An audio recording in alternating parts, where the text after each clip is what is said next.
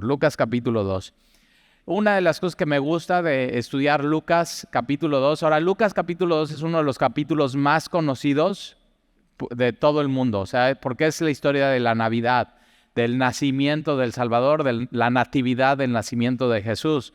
Ahora, muchas veces has escuchado este capítulo o esta historia en el contexto navideño, o sea, cuando se acerca ya, vienen las posadas, de ahí viene tu aguinaldo, entonces lo recibes bien contento la Navidad, y viene la familia, y hay cosas que te gustan de comer, entonces te invitan que a los romeritos, que al ponche, entonces todo huele a eso, todo huele a Navidad.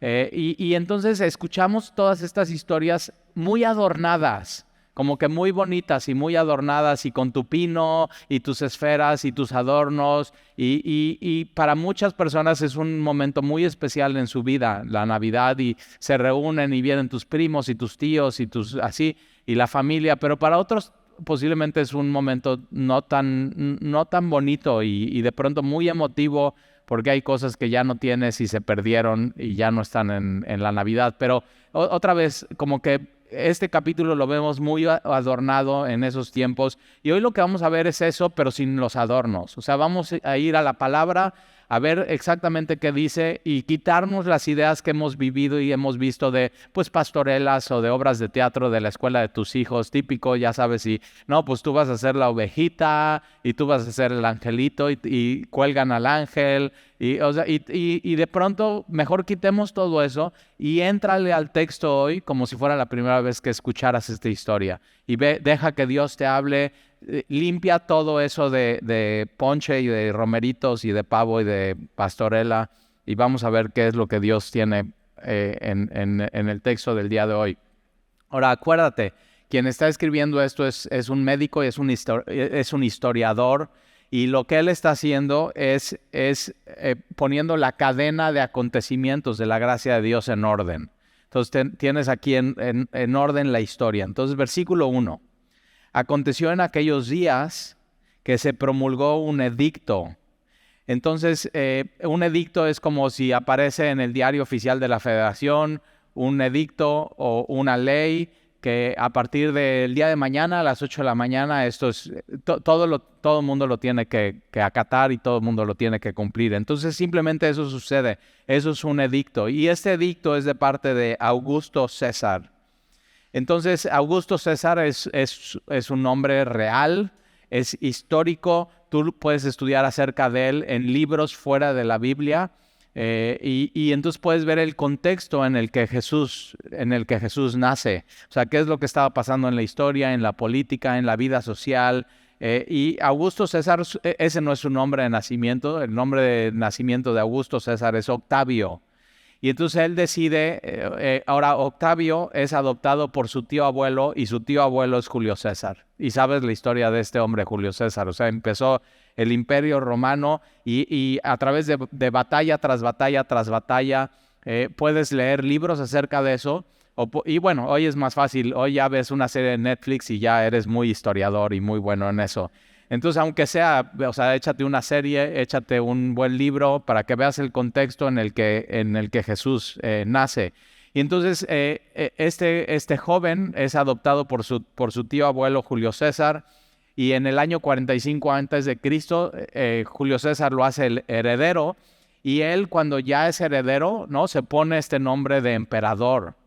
Y no solamente se pone el nombre de emperador, sino hace que el Senado de la República Romana le ponga el nombre ya no le gustó Octavio, y si tú te llamas Octavio, pues ni modo. O sea, a él no le gustó su nombre, y se puso Augusto, que Augusto significa exaltado, y entonces es un término, significa exaltado o sagrado, es un término teológico y religioso.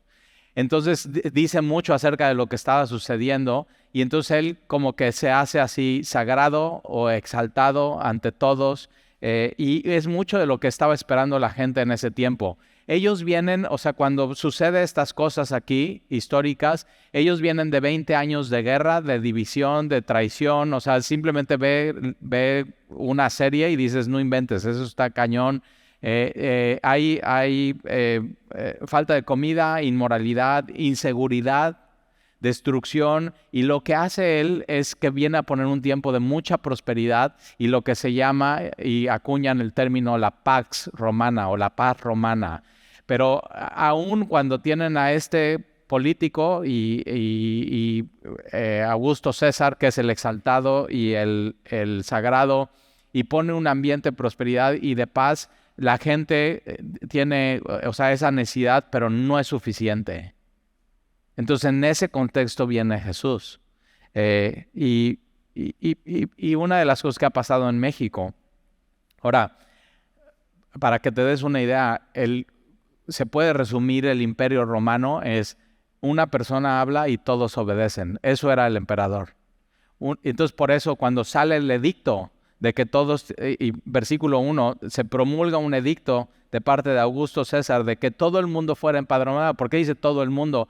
Porque antes estaba dividido el imperio, y de pronto él hace que ya no haya divisiones y él es la cabeza y él es el que manda, y viene una prosperidad y viene una tranquilidad. Él ya tiene todo el Mediterráneo controlado y todas las regiones. Y entonces es todo el mundo romano, todo el mundo que estaba bajo su gobierno. Y entonces se promulga este edicto de parte de Augusto César de que todo el mundo fuera empadronado. Entonces una voz manda, simplemente todo el mundo obedece. Eso es lo que está pasando, y aunque hay mucha prosperidad y mucha paz, hay mucha opresión. O sea, una de las cosas que pasan en México es que sale un edicto y nadie lo obedece. O sea, los mexicanos realmente somos así, somos ingobernables. O sea, nadie nos va a decir qué hacer y no nos importa y así. Y eso es algo muy bueno de nuestra nación, porque entonces solamente Dios nos va a poder gobernar y va a poder gobernar nuestro corazón. Y aquí una de las cosas que están sucediendo es que sí, mucha paz y mucha prosperidad, pero mucha opresión. Entonces no era cosa seria meterte contra los edictos del emperador. O sea, los soldados en esta época cumplían órdenes, todo el mundo tenía que obedecer, y ese es el contexto en el que Jesús viene a este mundo. Ahora, una de las cosas que pasan es que después de que vienes de una crisis, ellos vienen de crisis, vienen de 20 años de guerra, de falta de alimentos, de inseguridad, y México ha tenido varias crisis en su historia, y dices, Talí, yo siempre he vivido en crisis. Bueno, pero México en sí, o sea, venimos de pandemia, venimos de una situación difícil, venimos de un país dividido, ¿no? Venimos de una tema de político completamente podrido, que han robado y han sobornado. Y una de las cosas que estamos viviendo es una inseguridad terrible, pero más terrible que la inseguridad es la impunidad. Entonces simplemente todo está podrido, y en esta época de eso venían, y de pronto viene este emperador, Augusto César, pone en orden, hay prosperidad, hay paz, pero no es suficiente para la gente. Y tú tienes que saber eso, que aunque tengas una expectativa de un salvador político, nunca va a ser suficiente aquel que llega a gobernar. Y eso es lo que está pasando, y por eso tiene que venir Jesús. Porque Él es el único que es suficiente y el único que puede llenar lo que nadie más puede llenar, aún un emperador como Augusto César.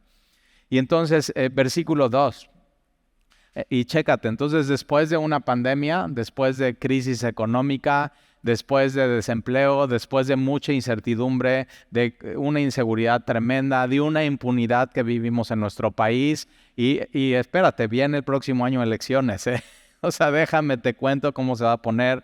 Ya sabes, esta semana ya renunció Ebrard de la Secretaría de Economía. Adán Augusto ya dijo que el lunes también renuncia. Y ahí viene Claudia atrás. Imagínate todos los trapitos que van a salir al sol, toda la guerra mediática que va a vivir, la división que va a haber en el país y en qué va a terminar la cosa.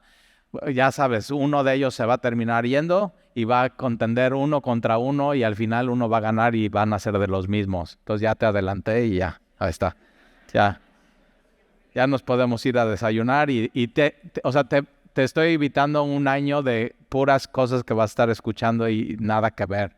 Entonces, ¿por qué no como cristianos? O sea, desde ahorita oramos y decimos, Señor, mete mano tú en nuestro país. O sea, sé tú el rey, porque ningún político nos va a dar el ancho. O sea, simplemente nadie. Todos van a quedar cortos, todos van a quedar...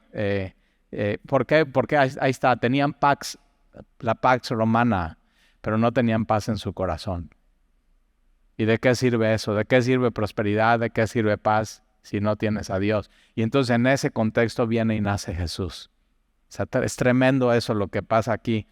Y entonces, ¿por qué se promulga este edicto de Augusto César? Para que se cumpla la profecía bíblica de que Jesús tiene que nacer en la ciudad de Belén. Ahora acuérdate, José y María no viven en Belén, cerca de Jerusalén, en Judá. Ellos viven en Nazaret, pero eran de Belén, ¿eh?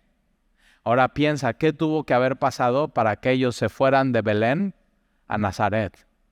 O sea, algo tuvo que haber pasado, no había oportunidades de empleo, algo sucedió y tuvieron que emigrar y llegar a una ciudad de donde no son de ahí.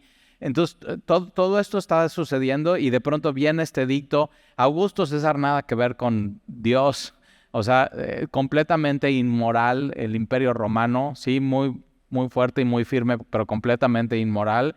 Pero este hombre se vuelve un instrumento en manos de Dios. Y entonces ahí ves como que la soberanía de Dios aún en los imperios, que realmente Dios es el que quita y pone imperios en la historia de la humanidad. ¿Y qué estás viendo? Lo que realmente ves no son historias aisladas bíblicas, sino es una cadena de acontecimientos que están mostrando la gracia de Dios. O sea, no es aislado que de pronto en el templo aparezca un ángel a Zacarías. Y no es aislado que Zacarías se quede mudo, y no es aislado que María llegue con Elizabeth, la mamá de Juan el Bautista. O sea, todas estas cosas ves la mano de Dios soberana sobre todos ellos.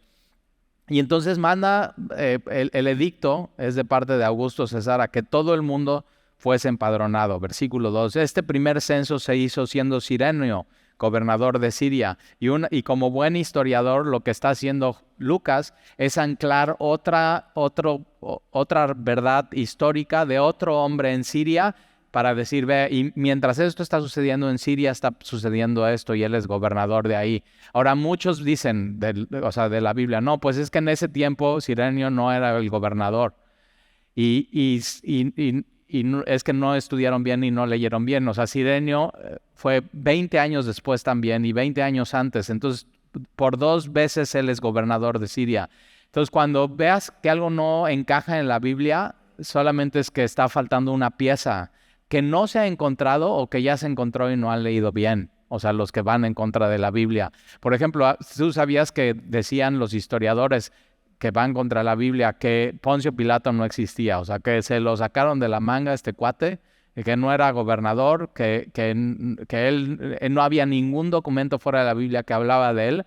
Y entonces de pronto hay unos arqueólogos y están en Cesarea Marítima, esto es en Israel, cerca del mar, o sea, tienes todo el mar Mediterráneo.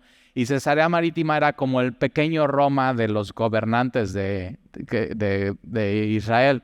Se sentían cómodos ahí, no en Jerusalén. Entonces ahí van, entonces hacen un hipódromo, hacen un teatro, hacen una librería tipo como de Alejandría, y entonces ahí simplemente se la pasan. Ahí estuvo 2 años encarcelado Pablo. Pero entonces todo eso está en ruinas y están excavando las ruinas y están con sus escobetas limpiando, y de pronto dicen, no, pues no existe Poncio Pilato. Y hay un arqueólogo que dice, oigan, a ver, voltéenme esa piedra. Y entonces simplemente voltean la piedra y dice así, Poncio Pilato, gobernador. Y dices, órale. Ahora chécate, nosotros como cristianos no necesitamos esa evidencia. No necesitamos que se voltee una roca y digas, no, que no, sí es. Ahora, no la necesitamos, ¿por qué? Porque creemos que la palabra de Dios es perfecta y no tiene error, y la palabra de Dios es verdad y no se equivoca. Pero cuando voltean una piedra y sucede, dices, órale, ahí está, sí es. Y arqueólogos han encontrado piedras hablando de David, han encontrado la puerta más antigua del mundo, que es donde Abraham sale a rescatar a Lot.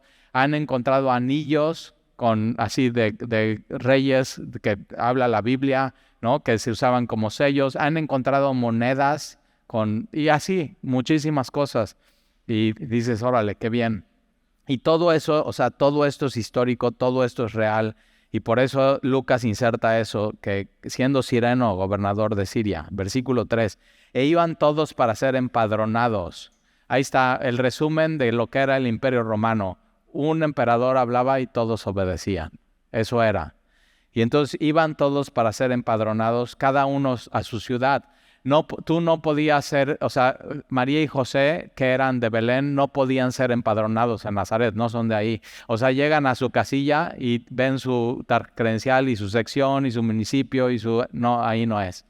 Y no había casillas foráneas. Entonces tienen que ir a cumplir el edicto y tienen que ir a la ciudad de donde ellos eran. Ahora ellos dos son de la tribu de Judá, ellos dos son de la descendencia de David. Los dos, el María y José. Eso lo puedes ver en Mateo, por ejemplo, tienes la genealogía y en Marcos. Y entonces iban todos para ser empadronados cada uno a su ciudad. Si tú eres de la tribu de Judá, tenías que ir a la zona de Judá y a tu ciudad, y ellos tienen que ir a Belén. Versículo 4, y José subió de Galilea, de la ciudad de Nazaret. Ahora, aquí dice ciudad de Nazaret, pero si tú conoces Nazaret, no es una ciudad, es un pueblo. Y por alguna razón ellos simplemente están viviendo ahí, tienen que ir de Nazaret más de 180 kilómetros hasta Belén. Belén está cerca de Jerusalén y es la ciudad de David. Entonces, de la ciudad de Nazaret a Judea, a la ciudad de David, que se llama Belén, el rey David nació ahí, en esa ciudad, en Belén. Él, un dato importante, él era pastor de ovejas antes de ser rey. Y ser pastor de ovejas en ese tiempo era un buen trabajo, aunque cuando llega el profeta Samuel con su papá, todos están menos el pastorcito de ovejas, el más joven. O sea, como que él ni lo invitan a la comida, no lo toman en cuenta como para ser un posible rey en Israel. Y entonces, ahora Moisés, si te acuerdas, Moisés, toda su historia, y él es entrenado por la hija de Faraón y los de Faraón, y va a la universidad de Faraón, o sea, es entrenado en letras y en literatura y en historia, o sea, él lo están haciendo posiblemente el próximo príncipe. ¿Y qué es lo que pasa? Él simplemente huye con tal de conocer y ver al que es el invisible. ¿Y qué se pone a hacer? Por 40 años fue pastor de su suegro, entonces pastor de ovejas. Entonces ahí tienes, ve. Tienes a David siendo pastor de ovejas en Belén, después tienes a Moisés. Bueno, primero a Moisés siendo pastor de ovejas, después tienes a David siendo pastor de ovejas, y después Jesús llega y dice, yo soy el buen pastor. Y ahorita vas a ver a quién se presenta la noticia acerca de su nacimiento, a los pastores de Belén. Ahora, los pastores de Belén, cerca de Jerusalén, del templo, las ovejas que ellos cuidaban eran aquellas ovejas que se vendían. ¿Para qué? Para el sacrificio. Entonces, un dato muy importante ahí. Son estas ovejas para el sacrificio que estos pastores están cuidando. Y entonces, por cuanto era de la casa y de la familia de David, para ser empadronado con María su mujer. Ahora, algunos dicen que las mujeres no tenían que ser empadronadas, sino simplemente el hombre.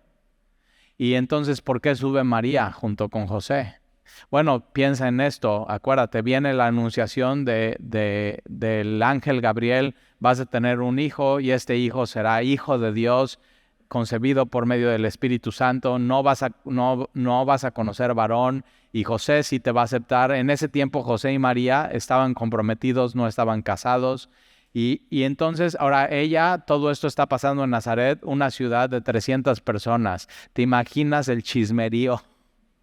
Cuando María ya está embarazada, ya tiene su pancita y todos así, oigan, pero están comprometidos, todavía no se casan, o sea, todavía no es la boda religiosa. ¿Qué onda? Así, y todo eso está pasando. Y entonces María yo creo que dice, no, pues yo no me quedo aquí sola, y sube. O sea, sube a Belén junto con su esposo para ser empadronados los dos. Ahora, porque los dos también eran de Belén. Y entonces José subió de Galilea, de la ciudad de Nazaret, para ser empadronada, versículo 5, con María su mujer. Y otra vez pone la Biblia, está desposada con él. O sea, está comprometida, todavía no María conoce varón, todavía no es la consumación de su boda. Y yo me imagino, o sea, ellos dos son de Belén, ellos llegan a Belén y tienen primos, es como cuando tú no eres del lugar y regresas a tu ciudad y ya la señora de la esquina de la tienda te conoce. ¿Qué pasó, güerita? ¿Cómo estás? ¿A dónde has andado? Y tenías tu peluquero y tenías tu esto y ya, o sea, todo el mundo, y primos y tíos y hermanos, y vas y visitas a todos, pero ella llega a Belén y todos, o sea, ¿qué onda? O sea, estás comprometida, pero todavía no te casas, ¿qué onda?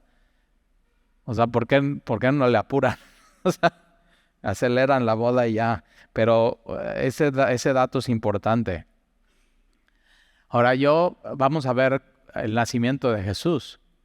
¿Y dónde están sus primas y sus tías y sus amigas y alguien que nadie les asiste a ellos en el parto?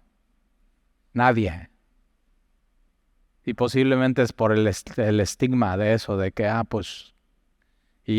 María se quedó con eso durante toda su vida, o sea, con eso en su corazón. Y entonces, para ser empadronados con María, su mujer, desposada con él, la cual estaba en cita, y aconteció que estando ellos ahí, se cumplieron los días de su alumbramiento. O sea, y en versículo 6 nada más es así, como que Lucas y ahí se cumplieron los días, o sea, ya nació. Pero es uno de los acontecimientos más importantes de la historia de la humanidad. O sea, Dios se hizo hombre y se encarnó y vino a nacer en este mundo. Es tremendo eso. Ahora mira, o sea, Lucas nos da más detalles de esto. Versículo 7, y dio a luz, ¿a quién? A la luz del mundo, al buen pastor, al que es la puerta, a su hijo. Dice que es primogénito. ¿Por qué insertar la palabra primogénito? Porque más adelante María tiene más hijos, medios hermanos de Jesús. Uno de ellos Jacob, uno de ellos Judá de los evangelios, Judas de los evangelios. Entonces, y dio a luz a su hijo primogénito y lo envolvió en pañales. Ahora no te imagines los pañales de hoy. Hoy los pañales ya son reciclados y se desaparecen rápido y son muy cómodos. Pero en esos tiempos, ahora sí, en mis tiempos, cuando mi mamá me tuvo, usaba pañales de tela. Y yo digo, órale, qué lata, o sea, ¿cómo era eso? Y eran pañales de tela, una así era manta de cielo, muy, muy, muy delgadito. Y entonces te envolvían, te ponían tus brochecitos y ahí está tu mamá. Pero qué, o sea, lavar y lavar y lavar tela. Hoy en día es muy cómodo. Hoy en día el bebé se hace y ya tú quitas eso, pones eso, limpias, lo pones en una bolsita biodegradable, lo tiras y ni huele. Y aquí envolver en pañales es en tela. Ahora, ¿para qué se envolvían a los niños en tela? Ahora eso ha cambiado, pero no en el Medio Oriente. Hoy se sigue haciendo exactamente lo mismo. O sea, la tradición sigue.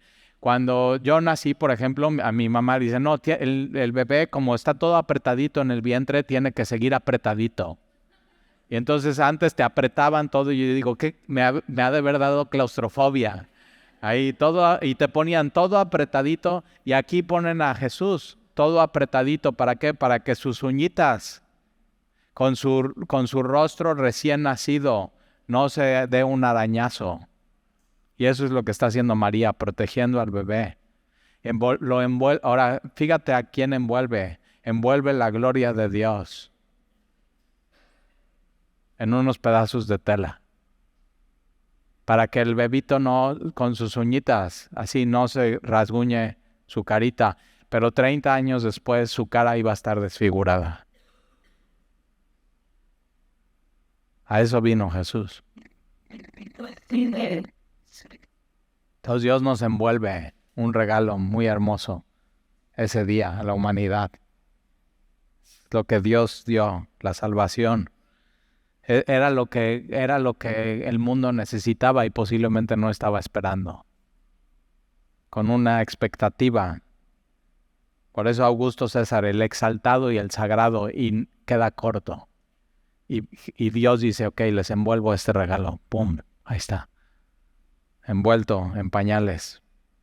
Y habla del cuidado y del amor de María por ese bebé. Y entonces lo envolvió en pañales y lo acostó en un pesebre. Aquí la palabra, y olvídate de la pastorela, porque en la pastorela muy bonito, y palmas y maderita, y muy bonito y todo, y ya nada más falta la hamaca. Y no, o sea, es un pesebre, es el lugar donde comen los animales. Entonces en estos tiempos es una cueva, y en la cueva hay igual posiblemente tallado de roca un lugar donde vas a echar alimento para que los animales coman. Y ahí María envuelve a Jesús y lo pone. No hay un lugar más insoluble, más húmedo, más oloroso, más... Y ahí. Ahora, chécate, ¿eh? Dios pudo haber hecho un edicto y movido cosas para que Jesús naciera en otro lado. Y Dios hace un edicto para que Jesús nazca ahí, y no hay ayuda y no hay asistencia, no hay ni puerta en un pesebre, en una cueva. Entonces está llena la ciudad, todo el mundo está pasando y así, oye, ¿y qué son esos pujidos? Y la gente se está asomando. Y decide Dios así, tan crudo, tan real, tan vulnerable, tan abierto, tan público, sin asistencia, no hay partera, no hay prima, hermana que le ayude, no hay alguien que le esté sacando el sudor, nada. O sea, ellos tuvieron que hacer solo todo. Porque así fue el edicto de Dios para ellos, así tenía que suceder. ¿Para qué? Para que, o sea, fuera un momento tan vulnerable y tan abierto, cualquiera se podía acercar al pesebre. No cualquiera se podía acercar a Herodes, no cualquiera se podía acercar a Augusto César, y cualquiera se podía acercar a ese punto, a ese lugar, a ese momento. Entonces, ¿qué es lo que está haciendo Dios con eso? Es abriendo la puerta a quien quiera. Increíble, así. Y ahí tienes un edicto de parte de Dios. Y Dios a veces en tu vida ha hecho edictos y dices, es que en ese momento, cuando más vulnerable estaba, nadie me ayudó. ¿Dónde están mis primos, mis amigos, mis hermanos? ¿Dónde estaban? Y sí, a veces Dios pone ciertas circunstancias en tu vida que su edicto es, eso tienes que vivir tú. Y está bien. Ellos vivieron eso solo. Y está bien. Y así fue el edicto de Dios para ellos. Y entonces lo acostó en un pesebre porque no había lugar para ellos en el mesón. Tremendo, ¿eh? ¿Tú crees que Dios, que hace un edicto para que su instrumento sea el emperador, no puede hacer un edicto para que haya un lugar y un espacio para ellos en el mesón? Y Dios decide no, en un pesebre, ahí.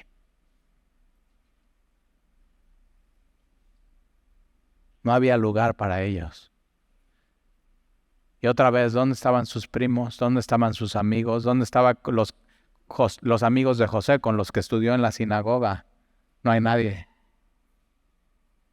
Cada quien está haciendo su vida, cada quien en su rollo, y tienes a este matrimonio y esta pareja ahí solos, pero no están solos, ¿verdad? Alguien está envuelto, de ahí en el pesebre. Es la gloria de Dios misma ahí. Versículo 8. Entonces, cuando digas, es que, y es eso, tocar ellos, y ya sabes, la posada, ahí vas, ¿no? De puerta en puerta. Oh, os pido posada, ya, así, y se quema una niña con la vela, su pelo, o sea, todo eso pasa, pero, o sea, tienes a María y José y así, y entonces tocan la puerta en el mesón, nadie abre. O sea, qué humillante. Y él es de ahí, o sea, no es foráneo, no es extranjero. Pero entonces más adelante en Apocalipsis Jesús dice, estoy a la puerta y llamo. Y está. Y a veces no le abren.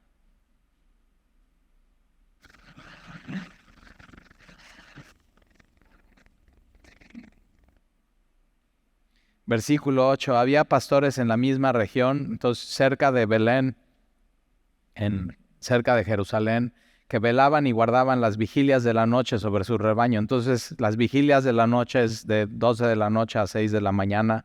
Entonces, posiblemente 3 de la mañana, 4 de la mañana. Y aquí se les presentó un ángel del Señor. Ahora, ¿cómo es eso? Así, nada más Lucas dice, y se les presentó un ángel del Señor. No nos dice si el ángel vino volando, si apareció, si estaba colgado, si tenía o sea, no dice si tenía nada más así. Y a veces ves las apariciones porque es un mensaje, la palabra ángel es mensajero. Y a veces simplemente es un ser humano que Dios manda como su mensajero de parte del trono para dar un mensaje. Y entonces se les aparece este ángel del Señor, el mensajero de Dios, que viene directamente con el mensaje de parte de Dios hacia ellos. Y entonces, y la gloria del Señor los rodeó de resplandor, no la gloria del ángel, la gloria de Dios. Y vas a ver este mensaje que está entre la gloria de Dios y la gloria de Dios en tu Biblia.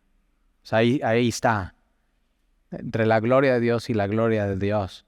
Porque el Evangelio, que es lo que estamos viendo, es la gloria de Dios mostrada a la humanidad. Y entonces les rodea un resplandor de la gloria de Dios y tuvieron gran temor. Fíjate cómo empiezan ellos, con gran temor. Pero el ángel les dijo, no temas. Ahora hay una razón por el cual el ángel siempre dice, no temas, y es lo que sigue en el mensaje. No temas, porque aquí hoy os doy nuevas de gran gozo. Entonces, esta palabra aquí, nuevas, es noticias o es evangelizomai, donde viene nuestra palabra evangelismo. Entonces, chécate, el primer evangelista es un ángel que le pasa a unos pastores el evangelio y de ahí el hombre ya se hace cargo del evangelio y lo lleva a todos lados. Pero ¿de dónde viene el evangelio? Viene de un mensajero directamente del trono de Dios. El evangelio viene directamente de Dios hacia los hombres. Porque aquí os doy nuevas de gran gozo. Y entonces no temas, sino llénate de gozo, que será para todo el pueblo. El evangelio es para todos, no solamente para el pueblo de Dios, sino para toda la humanidad, que os ha nacido hoy en la ciudad de David un Salvador. Eso es, nació un Salvador, el Salvador del mundo. Era lo que ellos necesitaban. No necesitaban un Salvador político, no necesitaban alguien carismático, no necesitaban paz romana, necesitaban paz en su corazón, paz con Dios. Aquí os ha nacido en la ciudad de David un Salvador, que es el Cristo, es el Mesías del Señor. Esto servirá de señal. Hallaréis al niño envuelto en pañales, acostado en un pesebre. Entonces, la gloria de Dios, no temas, gozo, ha nacido un Salvador. Y ese Salvador nació en un pesebre.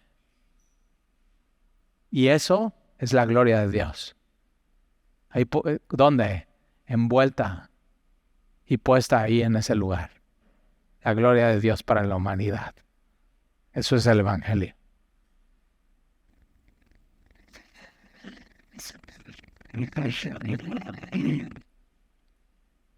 Versículo 13.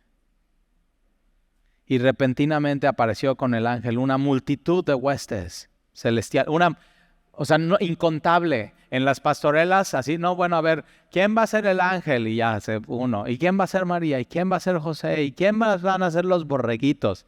O sea, qué coraje que te toque ser borreguito.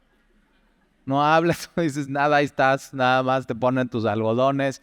Y es eso, ¿y quién van a ser las huestes de ángeles? No, pues 4 niños. Y yo digo, 4 niños, ¿cómo? Este es un ejército.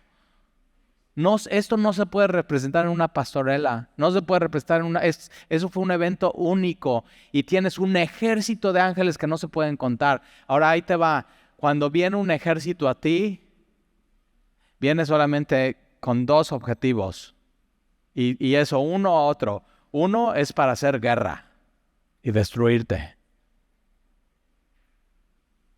Y otro es para anunciar paz.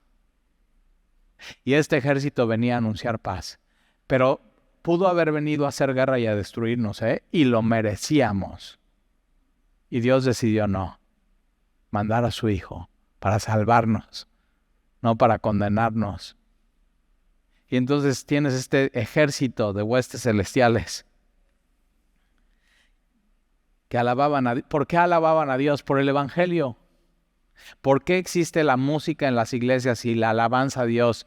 Por el Evangelio. No hay otra razón. Porque hemos entendido el Evangelio, porque hemos entendido que Dios mandó a su Hijo, porque hemos entendido que Jesús es nuestro Salvador, que Él es el Mesías enviado por Dios, y que cuando deberíamos de tener temor, nos dijo, no temas, sino hay gozo. ¿Por qué? Porque se nació un Salvador, que es el Mesías, es el Señor. ¿Y cómo termina la historia? Con gloria. Mira. Y alaban a Dios y decían, gloria, gloria a Dios en las alturas. Entonces, ¿cómo empieza este mensaje del Evangelio? Gloria. Les rodea la gloria de Dios. ¿Y cómo termina? Con la gloria de Dios. Gloria a Dios en las alturas y en la tierra paz. No es suficiente paz romana. No es suficiente paz de las circunstancias. No es suficiente paz por tener tu cuenta de inversión llena. No es suficiente paz por tener tu matrimonio o que tus hijos estén bien. No es suficiente eso.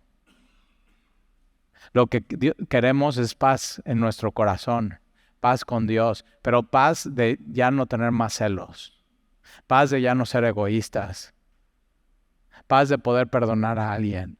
Y eso solamente lo logra Dios. Paz. Entonces, gloria a Dios en las alturas. Y en la tierra vino. Dice Jesús, yo soy la paz. Y en la tierra paz. Buena voluntad para con los hombres. Ahora en las pastorelas dice que es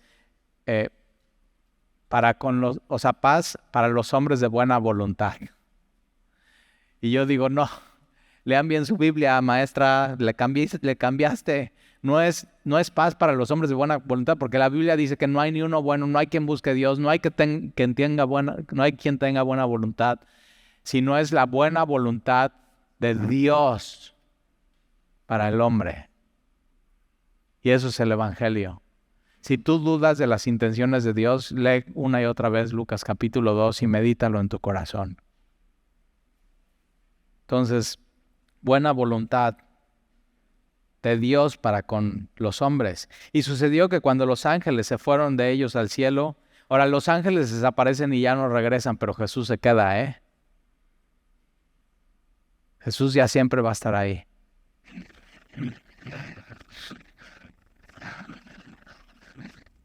Y sucedió cuando los ángeles se fueron de ellos al cielo. Los pastores se dijeron unos a otros, pasemos pues hasta Belén y veamos esto que ha sucedido y que el Señor nos ha manifestado. Y vinieron pues apresuradamente, hemos recibido un mensaje, vamos a verlo. Y hallaron a María y a José y al niño acostado en el pesebre, como había dicho el mensajero de Dios. Y al verlo, ahora fíjate, ellos venían de ver a sus ovejitas. Y esas ovejitas el día de mañana iban a ser sacrificadas por los sacerdotes en el altar para el pueblo. Y de pronto ellos, de ver eso, van y ven en un pesebre la gloria de Dios envuelta en pañales. Y es el Cordero de Dios que iba a ser sacrificado en la cruz. Para que ya nunca más haya sacrificios, porque su sacrificio era completo y era perfecto. Ya un solo sacrificio. Entonces Dios les está mostrando eso a ellos, a los pastores. Ahora, un dato importante de los pastores en la sociedad era uno de los trabajos menos reconocidos. Y, o sea, tú no nacías y ¿qué quieres ser de grande? No, pues yo quiero ser un pastor. No pastor de la Biblia, de iglesia, sino pastor de ovejas.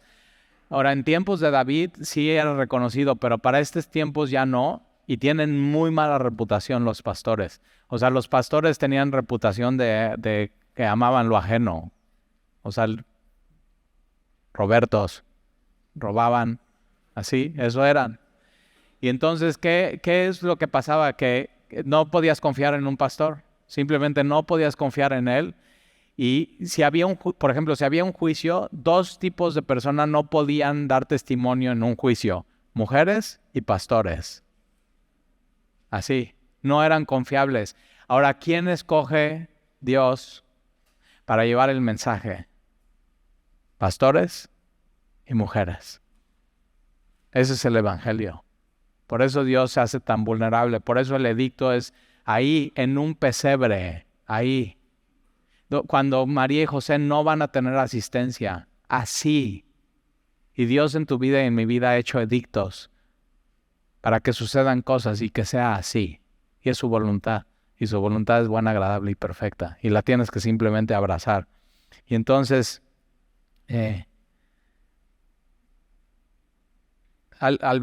versículo 17, y al verlo dieron a conocer lo que se les había dicho acerca del niño.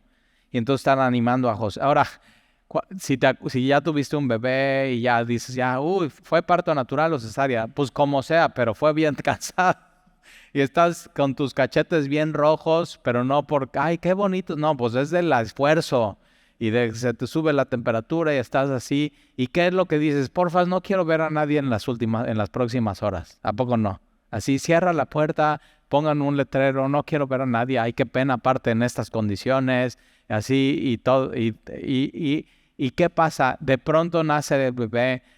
María y José lo ponen, o sea, ellos tienen que hacer todos, ellos tienen que cortar el cordón umbilical, José tiene que ayudarle a lo de la placenta, todo eso, tienen que limpiar la sangre que hay ahí, ponen a este bebé ahí y así despuesito llegan estos pastores. ¿Y a qué huele un pastor? A chivo, animal, a campo. Y ese es el contexto del evangelio. Pero ¿quién se puede acercar? Hasta un pastor. Que era la profesión menos deseada.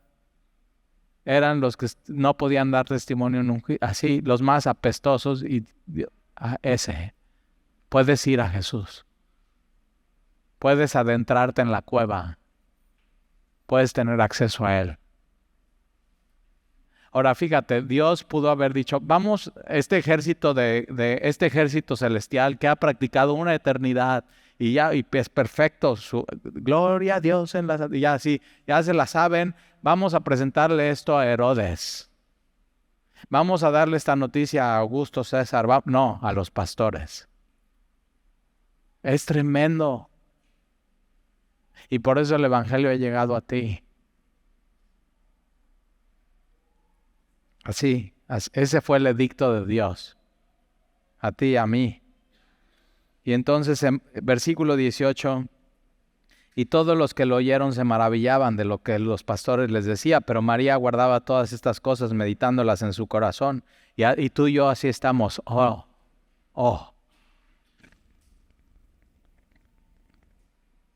O sea, piensa en José. ¿Tú crees que José no quería un mejor lugar para María y para su bebé? Y está así apenado, o sea, mi amor, no la esperaba que fuera aquí y así, pero Dios dice, el edicto es ahí, así. Y hay cosas en nuestra vida que estamos así, así, no pensé que fuera así, te da pena y no lo contarías, no tomarías selfie en una cueva. Y Dios dice, así es en tu vida ahorita. Así va a ser. Es soberano, es su edicto y te va a hacer bien. Y entonces María guardaba todas estas cosas meditándolas en su corazón. Y este detallito así indica quién es la fuente de esta historia y es María. ¿Con quién va Lucas? Es María. Y María le está diciendo, y pasó esto. Y vinieron los pastores. Estábamos solos y lo envolví en pañales. Puso en un pesebre. La gloria de Dios. Versículo 20. Y volvieron los pastores glorificando y alabando a Dios. ¿Por qué glorificamos y alabamos a Dios? Por el evangelio. Por eso. Hay gente que dice, no, bueno, hay que llegar temprano a la iglesia para cantar las canciones y preparar nuestro corazón para la palabra. No llegas a alabar a Dios para preparar tu corazón. Llegas a alabar a Dios por el evangelio. O sea, Él es digno de alabanza por lo que Él hizo. Entonces volvieron los pastores glorificando y alabando a Dios. ¿Dónde? ¿En la sinagoga? No. ¿En el templo? No. En el campo. Ahí, en lo que hacían día a día. Y ya no había ángeles, ya no había nada sobrenatural, simplemente se quedaron con esto y glorificaban y alababan a Dios por todas las cosas que habían oído y habían visto, como se les había dicho. Entonces ellos veían a las ovejas que iban a ser sacrificadas y de pronto están viendo envuelto en pañales la gloria de Dios que iba a ser sacrificado una vez por el Cordero de Dios que quita el pecado del mundo. Y María guardaba esas cosas en su corazón y meditaba en ellas. Y a ti y a mí nos hace bien guardar esto en nuestro corazón y meditar en eso. ¿En qué? Ya no hay temor, sino ahora hay gozo, porque nos ha nacido hoy en la ciudad de David un Salvador, que es Cristo el Mesías. ¿Y cómo termina? Gloria a Dios en las alturas. Comienza con gloria, termina con gloria, y eso que nos lleva a glorificar a Dios y a alabar a Dios en nuestra vida. Y al final, para eso fuimos creados. Entonces el Evangelio todo lo envuelve, todo lo resuelve. Eso es el Evangelio.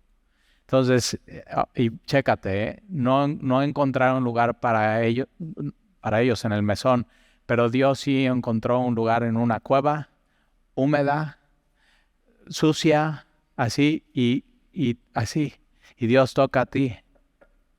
Una cueva de piedra, húmeda, sucia, que nadie desearía, pues ahí tenemos a nuestro chamaco, nadie.